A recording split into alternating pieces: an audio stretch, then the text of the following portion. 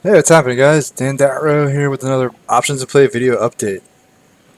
So, first off, I want to thank you guys that stuck around, caught up with me last night at our option session. Always really enjoy the opportunities to just talk trading, talk options, talk the state of the market with you guys. Always like a nice open format, bouncing ideas off each other, just kind of just talking everything related to trading. So again, thanks to those that stopped by. If you couldn't make it, maybe the next time, stop in for an hour every couple weeks.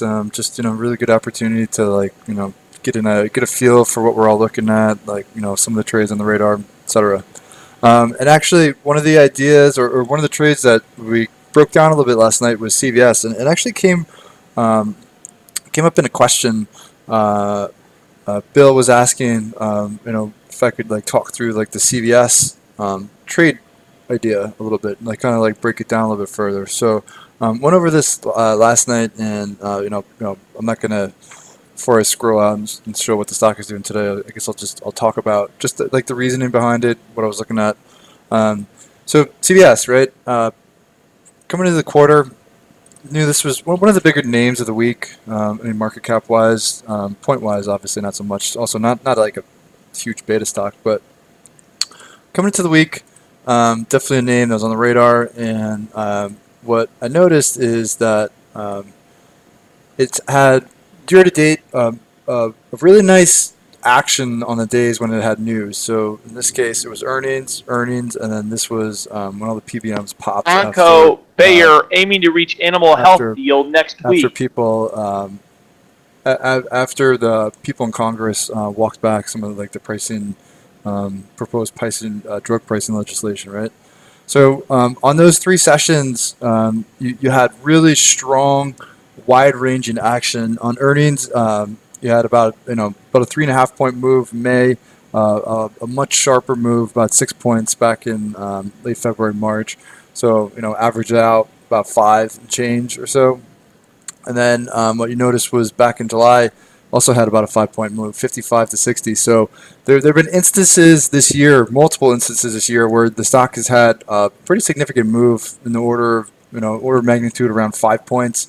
Coming into the week, stock was only priced in at about 3.25. Options may have shifted a little bit, but coming to the week about 3.25 in that ballpark. So several instances when the stock had news this year where it moved greater than what the options were pricing in for this week, 3.25. Coming into the week, the stock was kind of back into this congestion area, right? Had like a pretty tight 4.5 month range here with resistance up in the high 50s and then support down around 51. So with the stock kind of sandwiched back into the range, had a history of responding to news pretty sharply. It seemed like it was due, right? You get that earnings combo, aka if it moves, on the upside past like this 57 area, it could trigger a more significant breakout.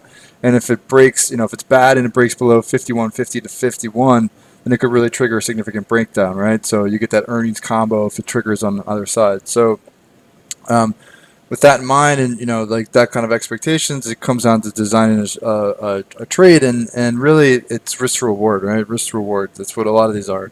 So I've wanted some contracts that were close enough to the money because thinking 5 points maybe be like the top end of what this typically moves.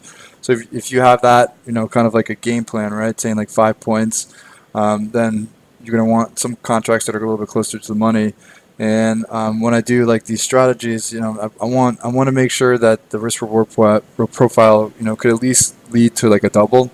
So I wouldn't want spreads that could like theoretically cap the reward profile at less than two um, um, versus like what you're risking, right? So in this case, like it was spreads about $4 in either direction, and like the was a 56 to 60 call spread, right? So using the high from July as the top, so looking saying if it's good, maybe it pops and breaks out and retests the high from July. So 60 is the top, so 56 60 call spread, and on the bottom, if it breaks 51 support you get like a 10% measured move down into like the high 40s, right? So about like the 47 to 46 range. That's why it was a 51 to 47 put spread.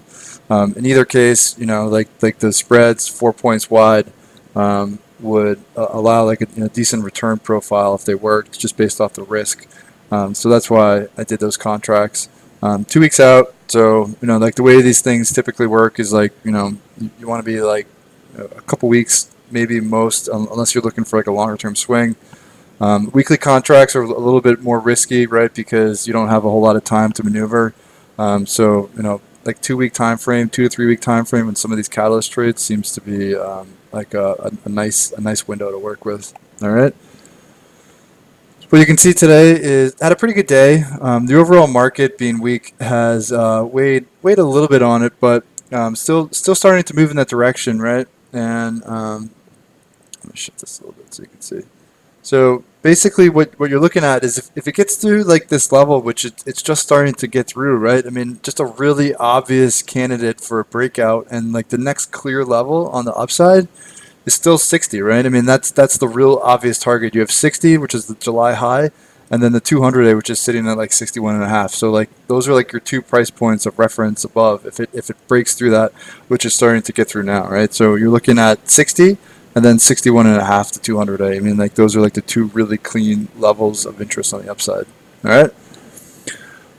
So I hope this is helpful. I hope this answered some questions. I'm assuming that if one of you had some questions about it, more people probably did. So wanted to spend a little bit of time, break down the idea, why I was looking at it, why I selected the contracts that I did. I hope this helps. All right. Hope you guys have a wonderful night and best of luck if you're playing anything. Still a lot of names that are expected to move pretty sharply. Tonight's actually a pretty busy night too, so lots to look forward to. So again, best of luck if you're playing anything, and I'll talk to you all tomorrow. All right.